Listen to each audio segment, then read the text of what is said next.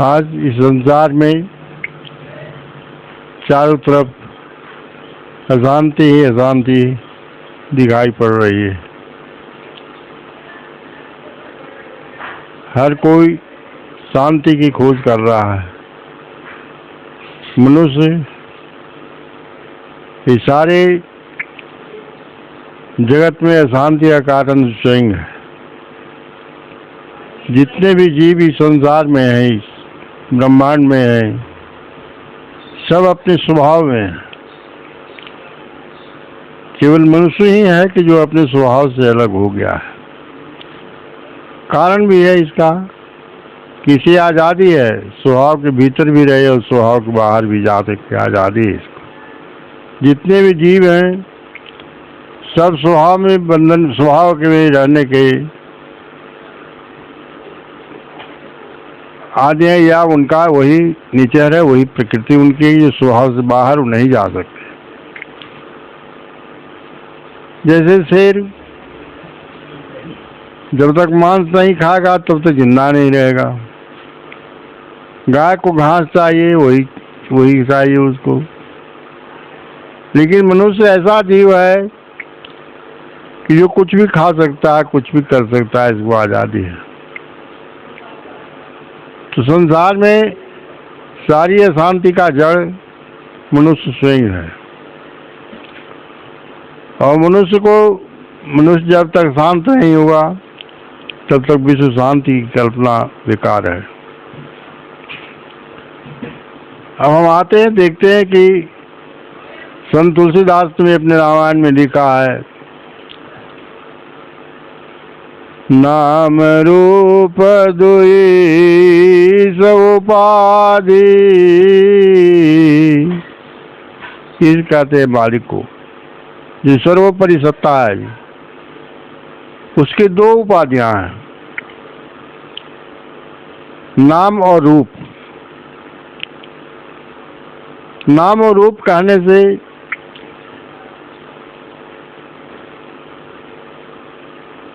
रूप तो बाहर दिखाई पड़ रहा है, लेकिन नाम दिखाई नहीं पड़ रहा है। हम नाम पर सोचते हैं तो नाम, जितनी ही मनुष्य आत्माएं हैं, जी उतना ही रूप 5 उपादानों से बना है।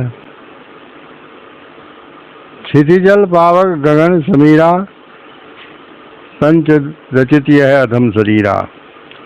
तब इस पर विचार करने के बाद अब हम आते हैं इस पर। नाम जो है, तमाम जितनी भी आत्माएं हैं सबका अलग नाम है, अलग रूप है।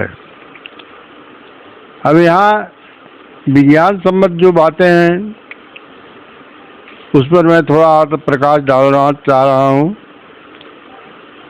संपूर्ण ब्रह्मांड में हम देखते हैं कि आत्मा ही इसका प्रधान है। मूल जो है वो आत्मा है। अथर्ववेद के अंदर आया है, जब राजा श्वेतकेतु ने जब विजय प्राप्त कर लिया तो उन्होंने अपने मंत्रियों को बुलाकर पूछा, बताओ अब कौन सा देश है, कौन सा ऐसा राजा है, या किस पर कौन बाकी रह गया जिसको हमारे राज्य के अधीन नहीं है।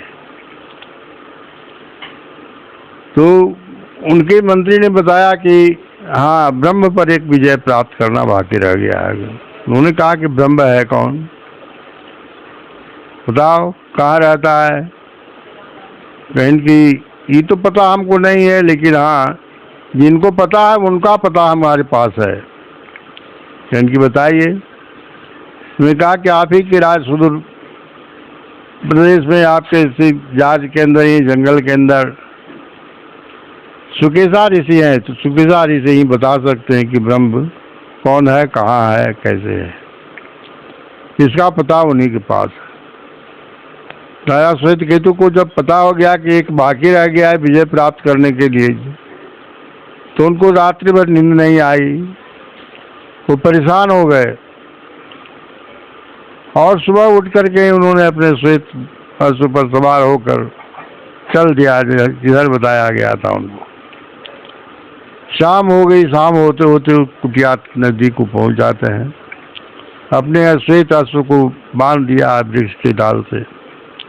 उस वक्त ऋषि संध्या वंदन में लगे हुए थे।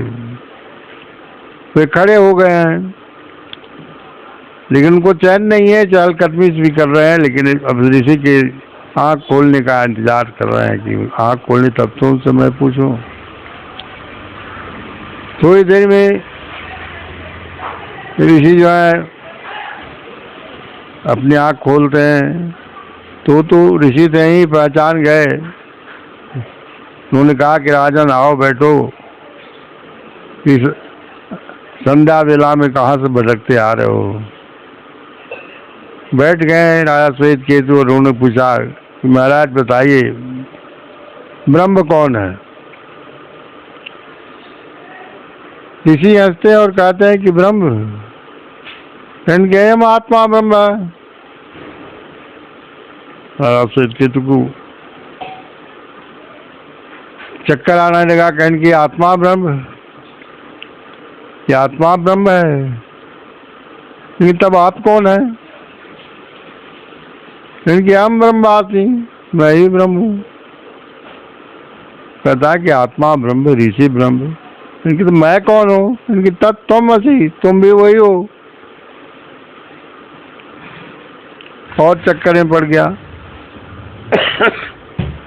आत्मा ब्रह्म, ऋषि ब्रह्म, मैं भी ब्रह्म, क्योंकि तो सारा संसार ही क्या दिखाई पड़ रहा है कि सर्व खल विदम ब्रह्म, सब ब्रह्म ही है।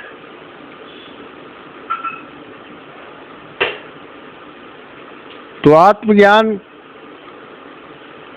कहने का मतलब मेरा ये कि विज्ञान को समझने के लिए, ब्रह्मांड को समझने के लिए, इस ब्रह्मांड को दो भागों में हम विभक्त करते हैं। इस आत्मा को दृष्टा भी कहा गया है। दृष्टा महर्षि पातंजलि के योग दर्शन में आया है दृष्टा शब्द। तो ये दृष्टा है, इसको अंग्रेजी में कहते हैं सीयर। और जो प्रकृति है उसको कब से कहा गया है दृश्य। तो दृष्टा और दृश्य यही नाम रूप की बात है। तो दृश्य में पंचभूत है जिससे हमारा शरीर निर्मित है, और इसी में ही आत्मा है जिसको राम कहिए, कृष्ण कहिए, अल्लाह कहिए, ईश्वर कहिए, गॉड कहिए, जो कह लीजिए, जो नाम उसको दे दिया जाए। तो science of seer and science of seen, दृष्टा का विज्ञान और दृश्य का विज्ञान, दोनों विज्ञान का ज्ञान होना आवश्यक है। तो आज का जो विज्ञान है वो प्रकृति का विज्ञान है, साइंस ऑफ मैटर है। तो संसार में और दोनों का संतुलन आवश्यक है। हम पूरा वाले, हमारे पूर्वज लोग, हमारे ऋषि भारतीय लोग आत्मा के विज्ञान, यही दृष्टा के विज्ञान को उन्नत किया था। और आज का जो वर्तमान संसार है, आज इन्होंने मैटर का विज्ञान, पदार्थ का विज्ञान विकसित हो रहा है। आत्मा का विज्ञान विलुप्त तो हुआ नहीं है, चूंकि यह तो शाश्वत है, विलुप्त होने की चीज नहीं है।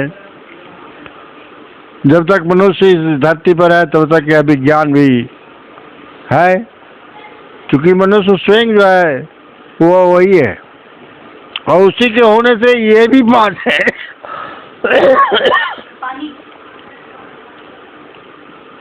कहा गया है सृष्टि के विज्ञान में अथर्ववेद के अंदर ही आया है,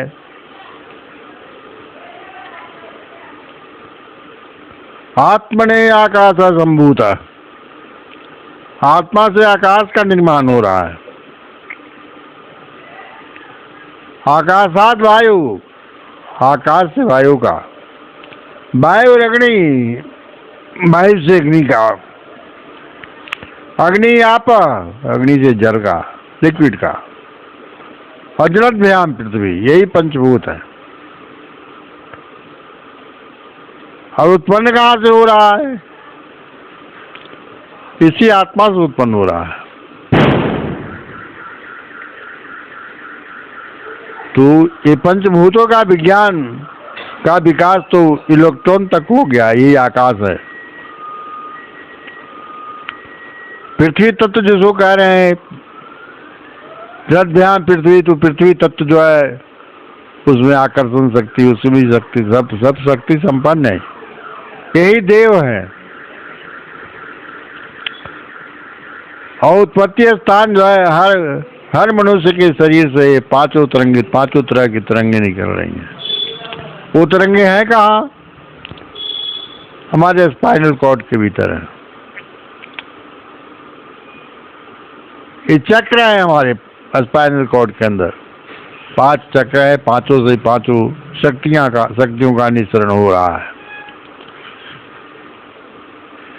तो एक आत्मा, एक शरीर जो एक मनुष्य है, उसको आप बेइज्जती कह सकते हैं, और संपूर्ण मिलाकर यह समझती है।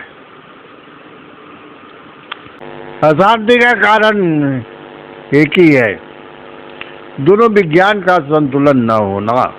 एक पहला जब भारी हो जाता है तो झुक जाता है, एक और झुक जाता है।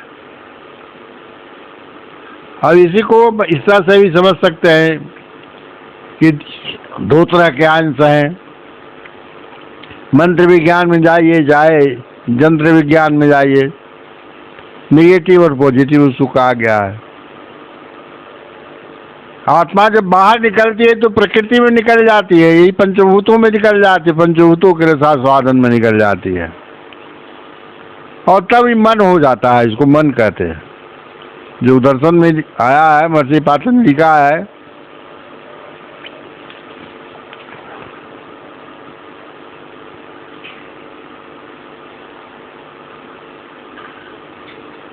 कि यह जब बाहर निकलता है तो इसको निरोध करना पड़ता है, निगेटिव की ओर चला जाता है।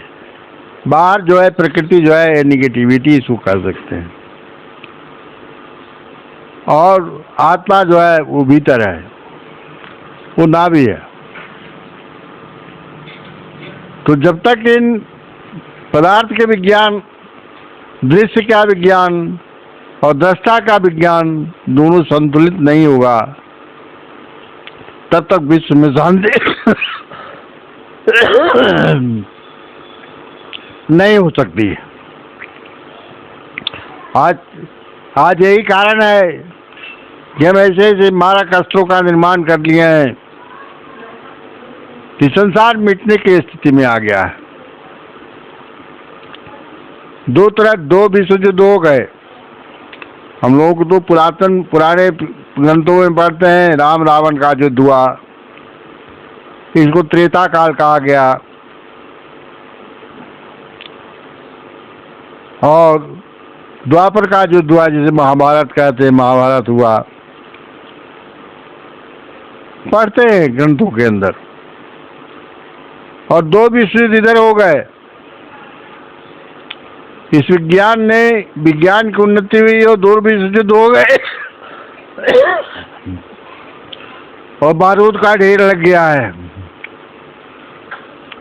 बारूद के इस ढेर पर बैठी है दुनिया।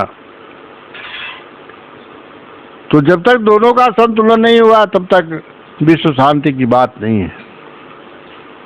अब हमें निगेटिविटी से, इस विज्ञान से थोड़ा अलग हट करके दृष्टा के विज्ञान को भी उन्नत करना होगा हमें। भगवान शिव से कि बताए सबसे उत्तम मार्ग क्या है, परम मत जिसको कहते हैं, सबसे श्रेष्ठ जो मत है,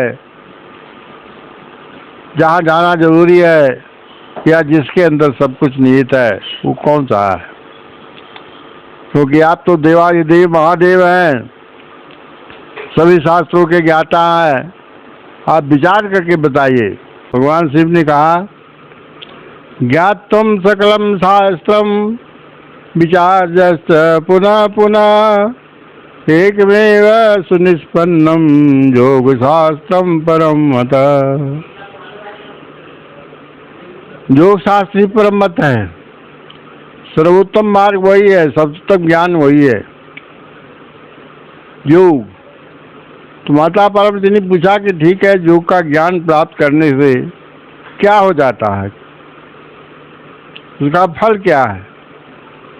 भगवान शिव ने कहा कि इदम ज्ञात्वा सर्वमिदं ज्ञातम भवति निश्चितम। योग शास्त्र का ज्ञान होने के बाद सबका ज्ञान होना निश्चित हो जाता है, मतलब आसान हो जाता है। तो दृष्टा का विज्ञान जो है वह योग शास्त्र के अंदर ही आया है। हमारे यहाँ यह विज्ञान जो है, आत्मा का विज्ञान का नाम योग है। योग का अर्थ होता है युज योगा। युज समाधि धातु से योग शब्द बना है। योग का अर्थ होता है समाधि, यानी आत्मा की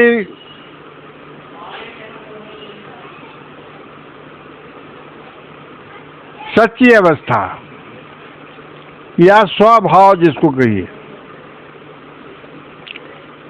अपने भाव में, अपने रूप में, विशुद्ध रूप में आत्मा जो है सो आ जाती है।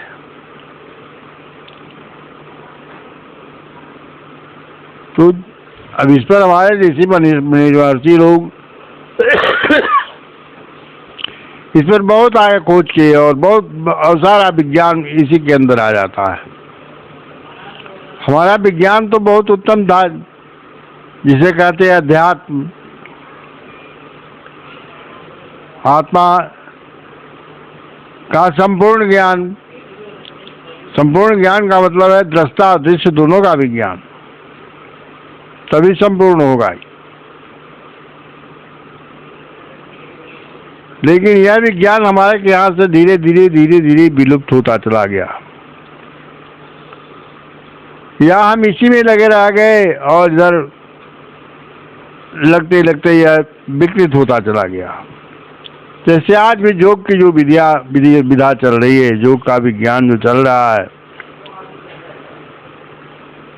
वह विज्ञान का जो रूप होना चाहिए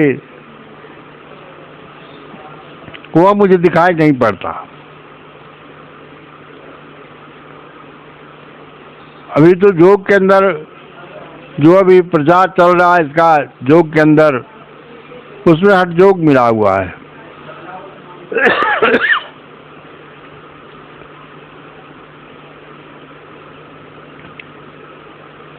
क्योंकि योग के अंदर योग की 8 विधियां हैं, 8 इसके अंग हैं। यम, नियम, आसन, प्राणायाम, प्रत्याहार, धारणा, ध्यान, समाधि, अष्टांग वाणी, 8 अंग हैं।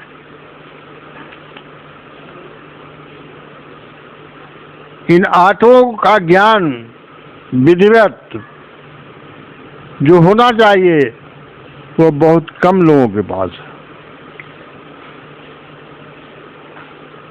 प्राणायाम पर ही बहुत तरह का प्राणायाम लोग निकाल दिए हैं। भर्तिका प्राणायाम, क्या प्राणायाम, जबकि प्राणायाम की विधि बिल्कुल आसान है, क्योंकि तो अभ्यास मार्ग है, अभ्यास की आवश्यकता है इसके अंदर। और इसको आज जो प्रचलित है जो उसमें और परिष्कार की जरूरत है। तो जब तक दृष्टा और दृश्य का विज्ञान दोनों संतुलित नहीं हुआ, क्योंकि आज के विज्ञान में औद्योगिक क्रांति पश्चिम के देशों में शुरू हुई। आज विज्ञान, आज का जो आधुनिक विज्ञान है, दृश्य का विज्ञान, प्रकृति का विज्ञान, साइंस ऑफ मैटर जिसको कह रहे हैं, उसकी उन्नति वहां से हुई और उसी ओर हम सब चल पड़ी।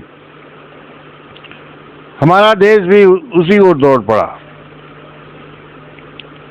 आज हम विश्व गुरु बनने की बात करते हैं कि भारत विश्व गुरु, तो विश्व गुरु तो था और विश्व गुरु की श्रेणी में यही हमारा ही देश आगे अग्रणी हो सकता है। दूसरे लोगों के पास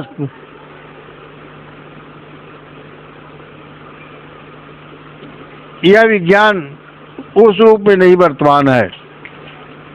ऐसा नहीं कि योग का विज्ञान समाप्त हो गया है, तो समाप्त होने की चीज ही नहीं है। हमारे मनीषियों ने इतना तर्क दिया है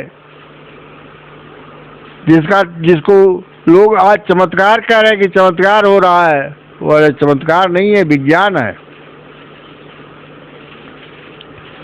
मंत्र विज्ञान, शस्त्र विज्ञान, सारे विज्ञान इसके अंदर योग के द्वारा उन्नत किए गए हैं। लेकिन आज जो साइंस ऑफ मैटर है, आज जरूरत तो उसकी भी है लेकिन इसका दुरुपयोग हो रहा है। दुरुपयोग तो दोनों विज्ञान का हो रहा है, लेकिन असल में जो वो विज्ञान जो है, आत्मा का विज्ञान जो है, जहाँ उन्नत नहीं हुआ, लोग उलझ गए बीच में ही। अब कहते हैं कि भगवान बनाता है, मनुष्य जो है सो भगवान भी है। सही बात। तो ईश्वर कोई दूसरा नहीं, ईश्वर तो एक उपाधि है। ईश्वर कहीं से आता नहीं है, यह तो इसका ज्ञान है। जिसने इसको ज्ञान किया है वहां तक उस ऊंचाई तक होते हैं। जैसे इंजीनियर है, डॉक्टर है, मिस्त्री है, उसी तरह से ये भी उपाधि है ईश्वर। हमारे वेद के अंदर इसको कहा गया है, ईश्वर की परिभाषा है कि कौन कौन सा चैप्टर उसका खुलेगा, कौन कौन सा विज्ञान वो पढ़ेगा, कहाँ तक जाएगा वो, तब ईश्वरत्व की प्राप्ति होगी उसे।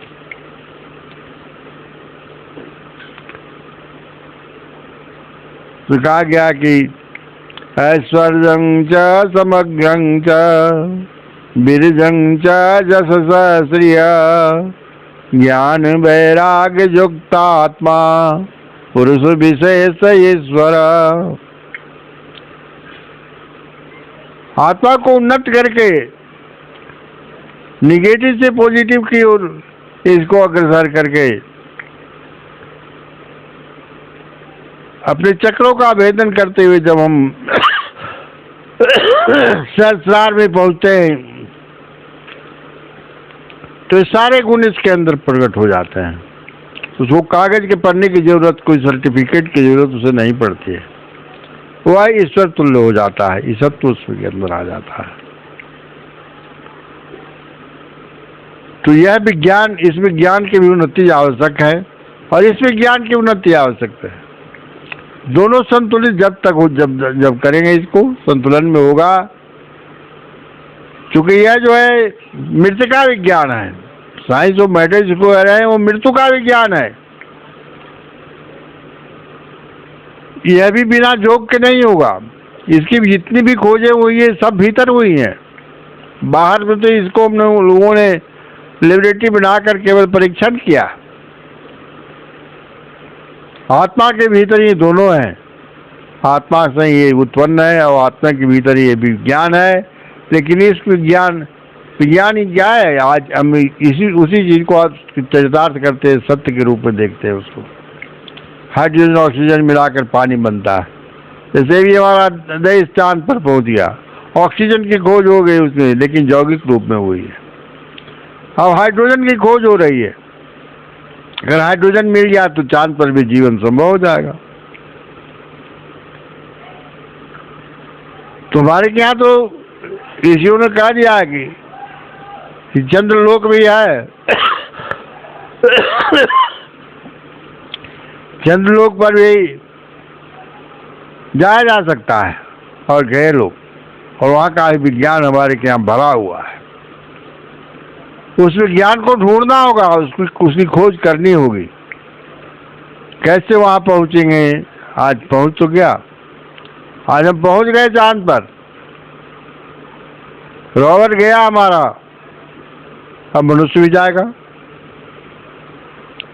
अगर वहाँ जिस तरह के पदार्थ वहाँ मिले, सल्फर, मैंगनीज, कैल्शियम, ये सब जीवन के उपादान है, हमारे शरीर में वर्तमान है। ये संसार में, ये प्रकृति के अंदर जितने भी पदार्थ है, जितने ही मैटर है, और जिस मात्रा में है उसी मात्रा में हमारे शरीर के अंदर है। उसके अंदर जो कमी होती है, विकृति होती है, वही रोग है हमारा। तो आज मैं यही कहूँगा कि जिस तरह से हम साइंस ऑफ मैटर की ओर लगे हुए हैं, उसकी खोज कर रहे हैं, उसमें हमारे बड़े बड़े मेधावी छात्र लोग पहुँचे हुए हैं वैज्ञानिक बन करके, और उस विज्ञान को उन्नत कर रहे हैं। उसी तरह से दृष्टा का जो विज्ञान है, आत्मा का विज्ञान है, जो योग शास्त्र है, इस पर भी खोज होनी चाहिए। वैसे वैसे मेरिटोरियस छात्र, वैसे वैसे मेधावी लोग, हमारे बच्चों को बचपन से इसकी शिक्षा मिलनी चाहिए। और जो ईश्वर आने लायक है, जिसका जीवन संस्कारित है, क्योंकि हमारे के यहाँ यह भी है कि जन्म जन्म, हमारे के यहाँ जन्म, आत्माओं का जन्म जो है सो जन्म चक्का चक्र है। यह बहुत बड़ा विज्ञान है। तो ऐसे मेधावी जो लोग हैं हमारे पास, जो छात्र हैं, जिनकी रुचि है, चूंकि उसके बाद जो ब्रह्म के ज्ञान या किसी ज्ञान के प्रति वही ज्ञान प्राप्त कर सकता है जिसके भीतर जिज्ञासा। जिसे ब्रह्म का ज्ञान करना है, आत्मा का ज्ञान करना है, उसके भीतर जिज्ञासा अगर उसके अंदर है, तो ऐसे जिज्ञासुओं को हम इस विज्ञान में हम अग्रसर करें। और इसकी भी लेबोरेटरी, जिसको कहते हैं, हमारे यहाँ गुफाएं थी, गुफा में इसका एक्सपेरिमेंट होता था, क्योंकि प्रकृति के अंदर वैसी चीजें बनी हुई थी। आज अरुणाचल से लेकर अस्ताचल तक फैला हुआ है, हिमालय से की चोटियां भी फैली हुई हैं। अरुणाचल प्रदेश में भी बहुत सी गुफाएं हैं, जहाँ हमारे ऋषि लोग बैठ करके तपस्या करते थे, इस विज्ञान को उन्नत करते थे। आज हमारा देश तो खंडित हो गया। बहुत बहुत बहुत हजार जो लोग आकर के इस पर, जिसको राक्षस कहते हैं, या जो निगेटिव के पुजारी थे, जिनके भीतर निगेटिविटी अधिक मात्रा में थी, उन लोगों ने इस पॉजिटिविटी को खत्म किया। और वैसे लोग आकर के इसकी संरचना जो है, हमारे देश की संरचना पूर्णतः वेद आधारित है, ज्ञान पर आधारित है। जैसे हमारे भीतर भी है 7 चक्र हैं हमारे, तो चक्र तो खटी है, 6 ही है। 7वां जो है जो हमारा ब्रेन के अंदर है, जिसको सहस्रार कहा गया है। मूलाधार नीचे है, स्पाइनल कॉर्ड के अंदर मूलाधार, स्वादिष्ठान, मणिपुर, अनाहत, विशुद्ध और आज्ञा, ये चक्र है, खट चक्र है। और 7वां हमारा जो है मस्तिष्क है। और उसी को अगर आ जाइएगा इधर, तो 8 चक्र है। जब निर्माण में आइएगा यहाँ पर साइंस ऑफ मैटर में, तो अयोध्या जो है सो बताया गया हमारे यहाँ, अयोध्या का नामकरण हुआ। अष्ट चक्रा नवद्वारा देवानाम पुरी अयोध्या, तस्मिन् हिरण्मय कोशे स्वर्गा ज्योतिषावृता। ये अयोध्या तो हमारा शरीर है। ऐसे शरीर का विस्तार और रूप जो है हमने पृथ्वी पर बनाया, पृथ्वी पर उसकी रचना है। क्योंकि भीतर भीतर जो है वही बाहर है। भीतर नहीं हो तो बाहर होगा कैसे, संभव ही नहीं है। तो यहाँ 8 चक्र हो गए, प्रकृति का उपादान हो गया, तो 8 चक्र अयोध्या के अंदर है। और उसी तरह से उसका निर्माण हुआ, उसी तरह से मंदिर बने। यही आत्मा रूपी राम का अवतरण हुआ ही। जब जब हो धर्म की हानि, बाढ़ यसुर धर्म विनानी। जब ऐसा होता है तो किसी न किसी आत्मा का वहां पर अवतरण होता है। क्योंकि यह अवतार लेने का श्रेय जो है दूसरे को नहीं है। वह जो सामर्थ्य है, जिसके अंदर सामर्थ्य पैदा हुआ, इस सत्य को जिसने प्राप्त किया, इसलिए उसको विष्णु कहा गया। विष्णु का अवतार ही हुआ, राम के रूप में द्वापर में आए तो कृष्ण के रूप में आए। तो भीतर की लीलाएं बाहर हो रही है। बड़ा गहन विज्ञान है, इसको समझना जरूरी है। और जो इसको समझ सकता है, समझ पाता है, वही सच्चा वैज्ञानिक है। मैटर का साइंस का जो विज्ञान है वह भी इसी पर आधारित है। और दोनों विज्ञान में संतुलन आवश्यक है, मेरा कहने का मतलब ही है। इसलिए हमारे देश में अगर विश्व गुरु बनना है और विश्व में इस धरोहर को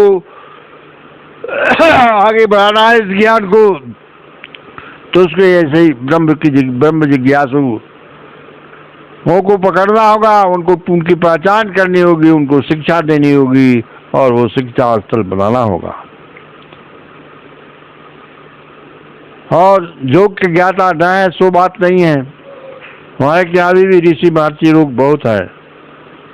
तो इस ज्ञान को बढ़ाना आवश्यक है। इस ज्ञान का भी संतुलन होना जरूरी है, तभी विश्व में शांति की बात हम कर सकते हैं। विश्व शांति तभी प्राप्त कर सकते हैं, हो सकती है, जब दोनों विज्ञान का संतुलन हो।